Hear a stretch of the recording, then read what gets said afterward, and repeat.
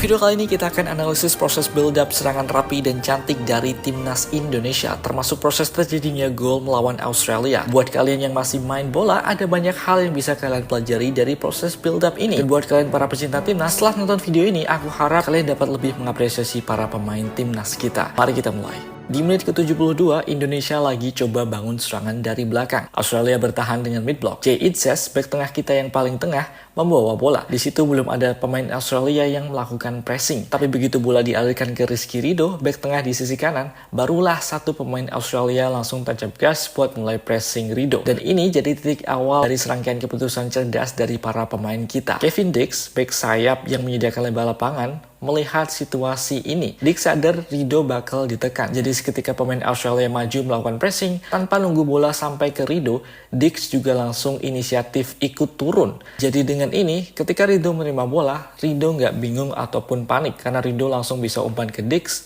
yang sudah dalam posisi siap dan terbuka untuk menerima bola. Begitu bola ke Dix, Australia langsung respon lagi.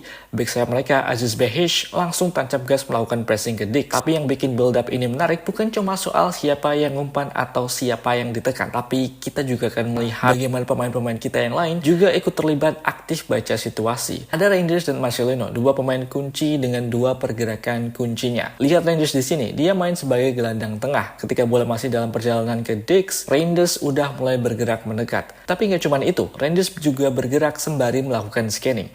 Di sini Reinders melihat ruang di sisi kiri diakibatkan back sayap Australia yang maju mempressing Dix. Tanpa berpikir panjang, tepat ketika bola sampai ke kaki Dix, Reinders langsung berbalik badan, bergerak dan mengeksploitasi ruang tersebut. Ketika bola dalam perjalanan ke Dix, kita juga bisa melihat Marcelino yang udah mulai pergerakannya. Karena posisi Reinders dikawal, itu artinya opsi passing ke Reinders itu tidak tersedia bagi Dix. Oleh karena itu, Marcelino di sini bergerak turun ke ruang yang ada di tengah untuk memberikan opsi passing bagi Dix yang dalam tekanan oleh dua pemain Australia. Dua pergerakan inisiatif dari pemain timnas ini berhasil memecah fokus para pemain Australia. Posisi Reinders yang tepat berada di depannya memang membuat satu gelandang Australia ini berhasil mengawal pergerakan Reinders ke kanan. Tapi itu artinya ruang akan tercipta di tengah, tepat di arah kemana Marcelino bergerak turun. Yang paling berada dilema di sini adalah back kiri Australia ini. Kalau dia mengikuti pergerakan Marcelino yang turun, maka akan tercipta ruang yang lebih besar di area ini. Yang dalam posisi ini, back kiri Australia ini juga sudah melihat Reinders bergerak ke ruang ini. Tapi kalau dia tidak mengikuti pergerakan Marcelino,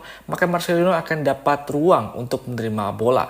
Yang terjadi adalah reaksi dari pemain Australia ini lambat, yang membuat Marcelino punya ruang untuk menerima bola. Yang tak kalah penting adalah keputusan Dix dalam situasi ini.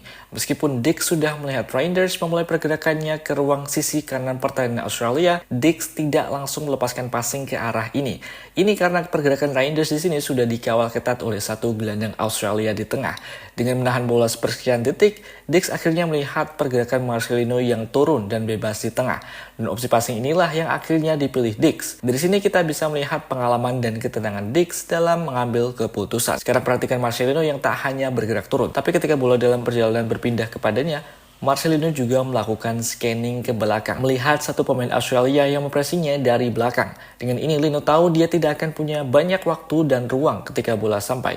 Jadi dibandingkan mengontrol bola terlebih dahulu, Lino di sini langsung memindahkan bola ke Reinders, rekannya yang sudah memulai pergerakannya ke area kanan. Karena bola berpindah ke tengah, perhatian para pemain Australia di sini juga beralih dari ke Reinders menjadi ke Marcelino. Alhasil, Reinders di sini bebas dari kawalan gelandang Australia dengan ruang yang lebih besar. Setelah bola sampai ke Reinders, dia nggak langsung tancap gas sprint ke depan, tapi Reinders tahan bola sebentar. Ini bukan cuma ngulur waktu, tapi juga ngebuka ruang buat Kevin Dix. Kevin Dix sebagai back sayap, seketika melihat Reinders menerima bola, langsung bergerak maju melakukan underlap, mencoba mengeksploitasi ruang di antara dua back Australia di sisi kanan. Kevin Dix pakar besi atau KDB melakukan pergerakan yang Kevin De Bruyne sering lakukan, yaitu adalah bergerak mengeksploitasi ruang di area half space ketika pemainnya berada di area sayap membawa bola. Karena Reinders sudah narik 3 pemain Australia, Dix punya waktu dan ruang ekstra buat eksploitasi area ini. Begitu dapat bola, Dix langsung kirim umpan silang ke tiang jauh. Sayangnya nggak ada pemain kita yang siap untuk nyambut di posisi tiang jauh. Andai saja kita punya pemain seperti Erling Haaland yang biasanya bergerak ke tiang jauh untuk menyambar bola,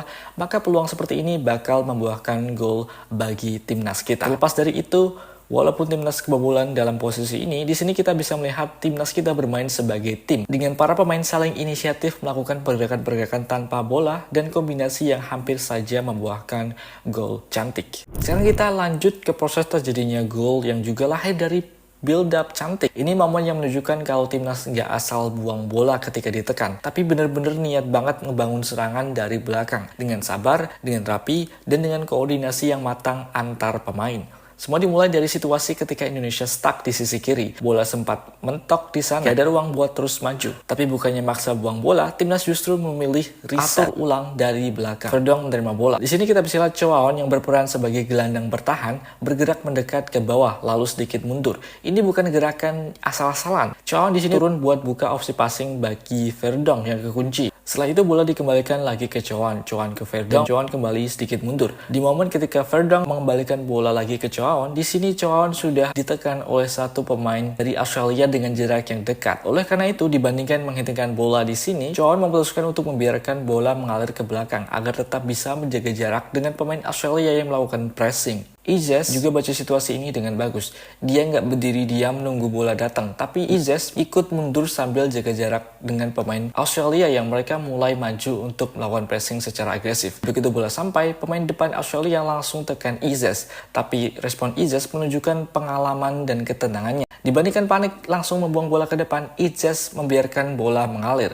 sambil menaruh badannya di antara bola dan lawan. Dengan cara ini, Izes tetap bisa jaga jarak dan melindungi bola meskipun dalam tekanan oleh pemain lawan. Dan setelah mengamankan bola, Izes melakukan back pass ke Martin Paes. Ini mirip dengan yang dilakukan Bastoni di video sebelumnya, membiarkan bola mengalir dan juga back pass yang dijadikan sebagai solusi terbaik untuk mempertahankan penguasaan bola tim. Tapi masalah belum selesai. Begitu bola sampai ke Martin Paes, giliran Martin Paes yang ditekan oleh satu pemain Australia ini yang maju dengan agresif. Tapi yang keren di sini adalah respons dari para pemain timnas yang lain. Lagi-lagi mereka baca situasi dan gak diam saja di tempat. Di sini kita bisa lihat Tom Haye dan Verdong yang mereka begitu lihat Martin Paes dalam tekanan, dua pemain ini langsung sprint turun ke bawah. Tujuannya apa? Untuk memberikan opsi passing. Dan hasilnya Martin Paes nggak perlu buang bola di sini, nggak perlu panik. Begitu bola nyampe di kakinya, udah ada pemain di sisi kiri yang siap jadi opsi passing. Paes pindahkan bola ke Verdong, lalu bola mengalir ke Haye, kemudian ke Izes lagi. Indonesia pun kembali ke situasi ideal buat build up. Bola dari tengah di kaki Izes yang lagi-lagi dalam keadaan yang tidak di pressing. Posisi ini mirip banget sama klip sebelumnya.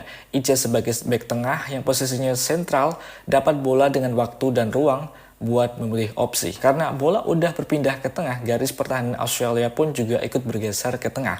Otomatis ruang di sisi lapangan jadi terbuka. Dan di sini sudah ada Dick sebagai back sayap penyedia lebar lapangan yang berdiri bebas dan siap untuk menerima bola. Begitu bola dialirin ke Dix, pemain Australia langsung tancap gas buat nekan Dix. Tapi Dix juga sadar dan tahu langkah apa yang harus dia lakukan sebelum menerima bola di sini. Ketika bola di tengah perjalanan pindah ke arahnya, Dix melakukan scanning. Di sini dia melihat dua pemain Australia dengan salah satu yaitu Aziz Behich mulai berlari melakukan pressing kepadanya. Dix juga melihat Marcelino yang bergerak ke kanan. Ruang yang baru saja ditinggalkan oleh Behich yang maju mempressing Dix. Begitu bola sampai, Dix nggak panik, nggak buang bola. Dix tahu persis apa yang perlu dilakukan di sini, yaitu adalah langsung memindahkan bola ke Marcelino yang berada dalam ruang. Ini keputusan yang simple tapi sangat efektif, dan ini adalah hasil dari scanning ketika bola dalam perjalanan tadi. Setelah kasih bola, Dix langsung lari maju, siap main one to touch dengan Marcelino. Tapi Marcelino di sini memutuskan untuk menahan bola sejenak. Dan cara Marcelino handle bola ini juga patut kita pelajari. Sama seperti Dix ketika bola dalam perjalanan berpindah ke arahnya, Marcelino di sini juga melakukan scanning ke belakang, memastikan jarak antara dirinya dan pemain lawan yang ada di belakangnya masih cukup jauh.